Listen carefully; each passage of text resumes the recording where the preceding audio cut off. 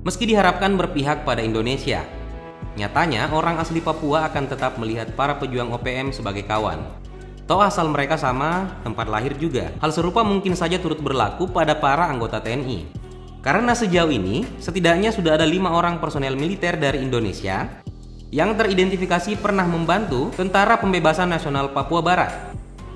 Kita akan membahas beberapa di antaranya dalam polemik kali ini. Ada siapa saja? Simak ulasannya. Seorang prajurit kepala atau Praka bernama Asben Kurniawan Gagola ditangkap oleh Satgas Damai Kartens pada Juni lalu di distrik Sugapa, Kabupaten Intan Jaya, dengan tuduhan pengkhianatan karena menjual amunisi inventaris. Penangkapan Asben yang merupakan anggota Yonif 743 serta bertugas sebagai Satgas Apter Kodim Persiapan Intan Jaya sebenarnya terjadi tanpa sengaja setelah tim gabungan yang melakukan operasi berhasil meringkus Fabianus Sani, anggota TPNPB yang membacok Ustadz Asep di distrik Sugapa beberapa waktu sebelumnya. Kebetulan tim operasi saat itu berhasil mengorek informasi tentang Johnson Degau, pelaku lain yang diketahui sebagai perantara dalam transaksi pembelian 10 butir amunisi 5,56 mm dari personil TNI yang tidak diketahui identitasnya. Awalnya cuma John ini yang ingin dijemput oleh tim Kartens untuk penyelidikan. Cuman karena saat tiba di rumah yang bersangkutan, Asben kebetulan ada di sana juga. Dia akhirnya turut dibawa serta agar bisa dimintai keterangan, bukan ditangkap.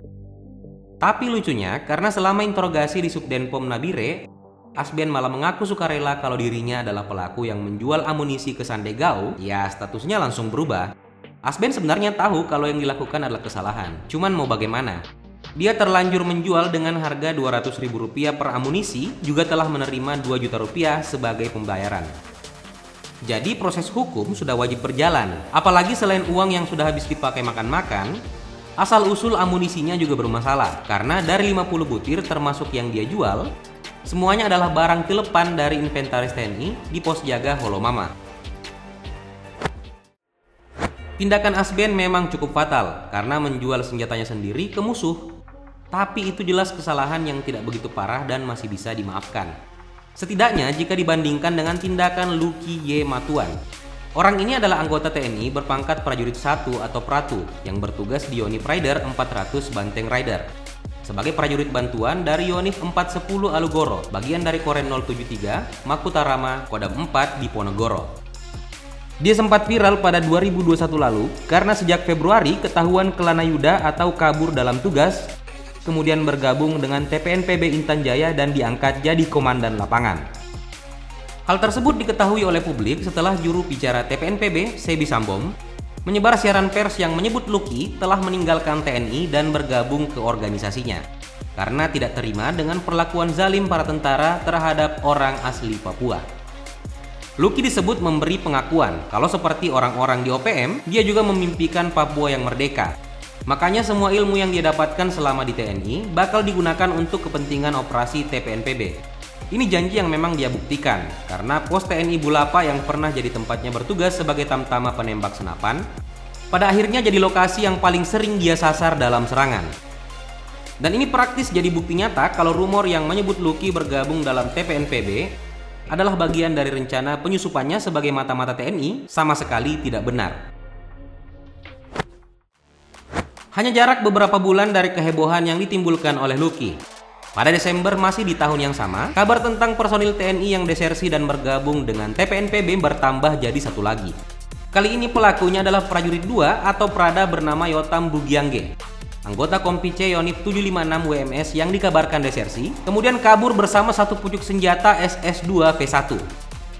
Berbeda dengan Luki, Yotam sebenarnya tidak membuat pengumuman saat meninggalkan TNI. Tapi karena dalam serangan yang menewaskan 11 orang di Kampung Nogolait, distrik Kenyam, Kabupaten Duga pada Juni lalu, dia teridentifikasi sebagai salah satu pelaku penembakan, makanya bisa dipastikan kalau Yotam memang sudah resmi meninggalkan TNI sebab dalam kemunculannya saat itu, dia terlihat bersama pemimpin TPNPB Egyanus Kogoya.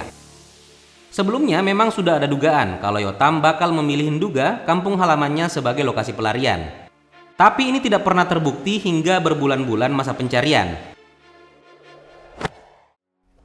Tentu beberapa nama barusan hanyalah pemanasan.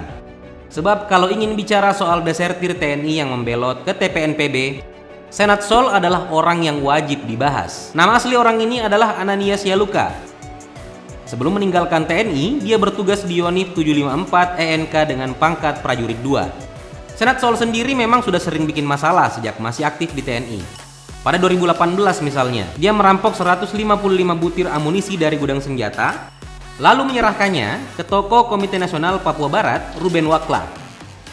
Tindakan ini jelas ketahuan, kemudian jadi alasan awal pelarian Sol. Dia sempat menghilang nyaris setahun, lalu muncul kembali pada November 2019 sebagai pimpinan dalam operasi pembakaran ATM Bank BRI, cabang Dekai, Yahukimo.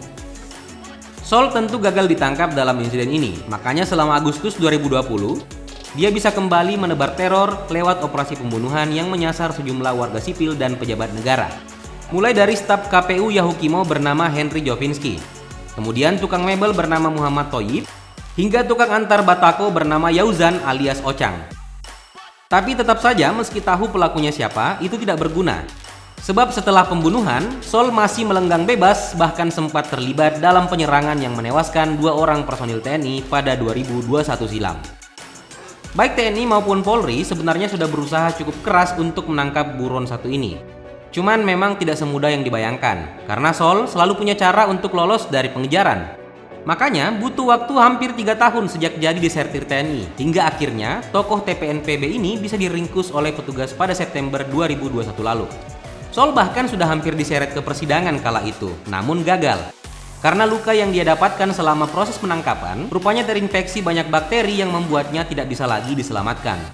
Bahkan setelah ada upaya amputasi kaki kanan untuk mencegah penyebarannya.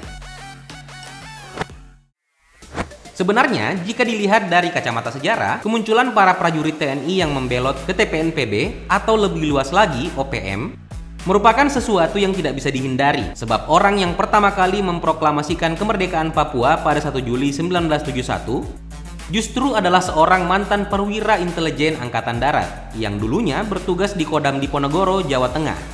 Namanya Seth Javed Rumkorem. Dialah personil TNI pertama dalam sejarah yang berpihak pada kemerdekaan Papua Barat. Dan mungkin saja jadi panutan beberapa personil lain dengan darah OAP setelahnya. Seth sendiri sebenarnya sudah bermasalah dengan pemerintah saat masih aktif dalam Angkatan Darat. Dia sempat ditangkap pada 1964 karena menggagalkan demo yang didesain oleh pemerintah pusat. Kemudian ditahan lagi pada 1969 karena ketahuan mengkritik kecurangan dalam proses referendum atau PPRA yang membuat Papua akhirnya jatuh ke tangan Indonesia.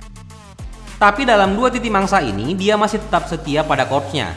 Baru pada dekade 70-an, ketika dirinya benar-benar ditugaskan ke Papua, Seth akhirnya benar-benar mengubah haluan. Pengalaman melihat langsung penderitaan saudaranya membuat dia tak tahan lagi.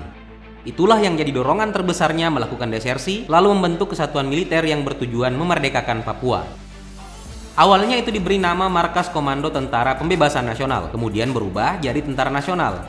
Dan sepertinya, sel kerja ini yang jadi cikal bakal kemunculan TPNPB sebagai salah satu varian yang memperjuangkan kemerdekaan Papua dengan jalan perang. Tentu Seth tidak menolak diplomasi juga sebagai cara untuk merdeka, tapi jalan seperti ini mungkin jauh lebih sulit saat itu. Karena belum ada satupun negara dengan kekuatan politik cukup besar yang memberi dukungan terhadap perjuangan mereka.